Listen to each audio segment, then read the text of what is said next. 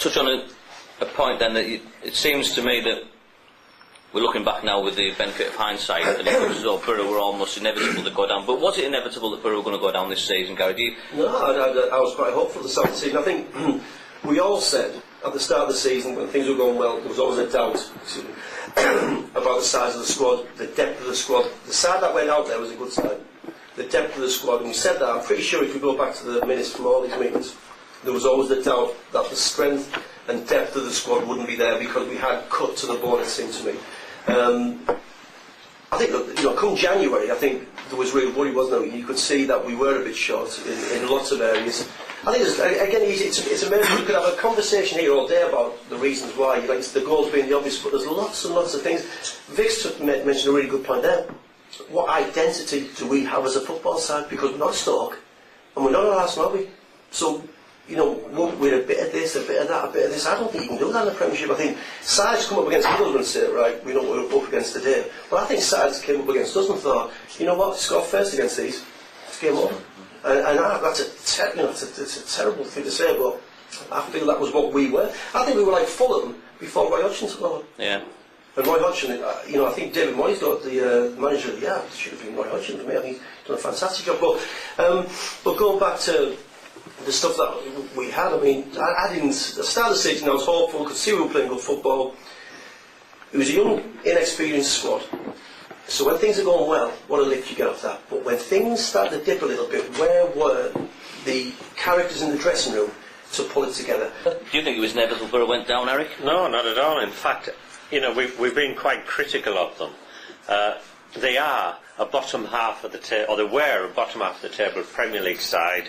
Have been like that for 2 or 3 seasons. Probably if they'd stayed up would have been like that for the next 2 or 3 seasons. That's what they are. That's what the resources dictate. At the end of the day, we went down on one result. You mentioned the Hull game. We could all mention a game where we think it could have been different. They went down on one result. I would suggest losing at Sunderland in October, November, whenever it was. Stewie Downing has a penalty, misses it. If that ball had gone in the net and we'd held on, win 1-0, whatever, those 3 points would have put us above Sunderland at the end of the season. They'd have gone down instead of us, and we'd be saying, right, we just as I say scraped up. Obviously there has to be improvement next year. We'd be looking at it totally differently. As it is, we're looking at a relegation on one result. Yeah. I don't think you can cherry, well, in my opinion, I don't think you can cherry pick one particular game. If we'd won that game, we would have stayed up. That's nonsense, in my opinion. I mean, we could say Newcastle, if we'd have picked the right team rather than pick the names out of a hat, we could have beat Newcastle. That could have kept us up. But I don't think you can do that. I just think, has it been inevitable? Well, no. First half of the season, we started off well. We knew we didn't have strength and depth, as Gil and Eric says, but it was always going to catch up with us. And I'm astonished that even after a season of 38 games, I don't think Gareth Southgate knows his best team. I don't think where he knows certain players play, and I think Gareth must take a lot of the blame as well. Playing David Wheater, England centre-half, at right back, playing 5 centre-halves in one particular game. The game at Newcastle was an absolute farce. It was as if it was designed and manufactured to get down. People's come on and says that regular, and I've thought, no way, it didn't even enter my mind. But when you digest it and you look at what's going on, there's a possibility. You can't say for sure, but there's a possibility. Did people within the club want to go down? I hope not. And obviously, listening to Steve Gibson reading his quotes, he certainly didn't want to go down. But it makes you wonder some of the decisions and some of the players that's left and some of the players that's come in. I find it astonishing. The way we've let it drift. Okay. We've just let it drift. Thanks, Bernie. We're discussing whether it was inevitable that Boro were relegated. I mean, from my personal point of view, I feel there was warning signs very early in the season, particularly after the Bolton match. They'd come off a good run of results, the Villa game away from home, the Everton away game, and then the Bolton at home, and everyone switched off, took the guard down, and they were hammered 3-1 in a really depressing performance. And from that point onwards, it was really a cycle of one bad result after another. And the worrying factor is that I think most of us outside of the club could spot that. And I think within the club it took them a long time to realise they were in a scrap. And I think by the time they did realise, it was almost too late to do anything about it. But as Eric says, it does at the end of the day only come down to such fine margins. Sunderland have stayed up by the skin of the teeth, and suddenly now Quinn's a genius for putting Sabragia in charge and getting the job done, which was to stay in the division this season and bring new investment in the summer. Yet, as you say, a result, a missed penalty, that could have been the other way around. They could have been going down, we could have been building from a position of strength. So, Jeff, do you think it was inevitable that we came down? I think, and that's why it wasn't inevitable. You know, I think Vic did an article a few weeks ago that hit the nail on the head. Middlesbrough, with all the faults we have highlighted, should have been tailed off, relegated weeks ago in a good division, and that is the most frustrating thing to me, because I'm sick and tired of hearing about the Premier League, the greatest league on earth and everything. Yes, we've got some teams up at the top who are world class, but we've got 10 teams in that division this season where there wasn't that between them, and we can highlight any number. You know, you've touched on Sunderland, you've touched on, we lost 6 points against West Brom, we failed to score at home to Wigan, Blackburn, Sunderland was it, about 3 or 4 0-0 draws at home, and that is what is most frustrating.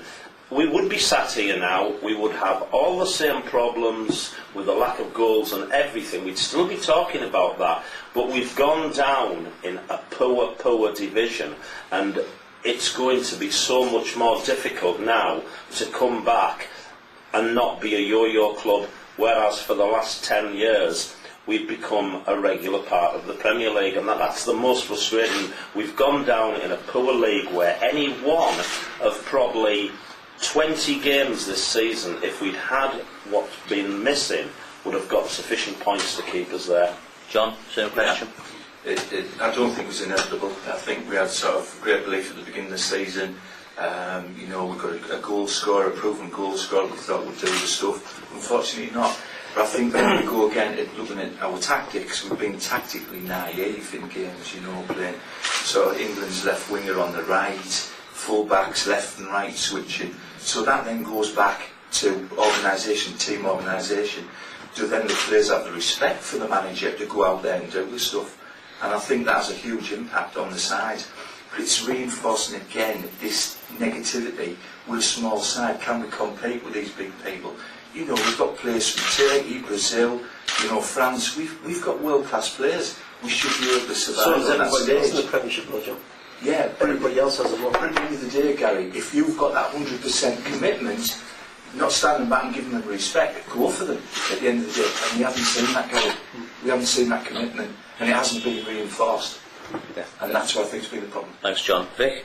Now, I don't think it was inevitable, but I think certain actions by the club shifted the statistics in favour of Boro going down this season. I mean, whether we like it or not, football is an industry and it comes down to financial muscle. We know that Boro have got amongst the smallest revenues, amongst the smallest gate receipts, amongst the lowest cost base in the Premier League. So we're always at a disadvantage, which means that every year you've got to perform above that level to stay up. And I think when you're in that situation, we know the last 2 years, previous 2 years, we'd stayed up the second last game. That's how close the margin was. And by not taking concrete steps to improve, it means that you've gone into the season knowing you're that far away. And if you have one bad season, a couple of bad injuries, one bad run, you can go. So I think, in that sense, there was a massive economic gamble there.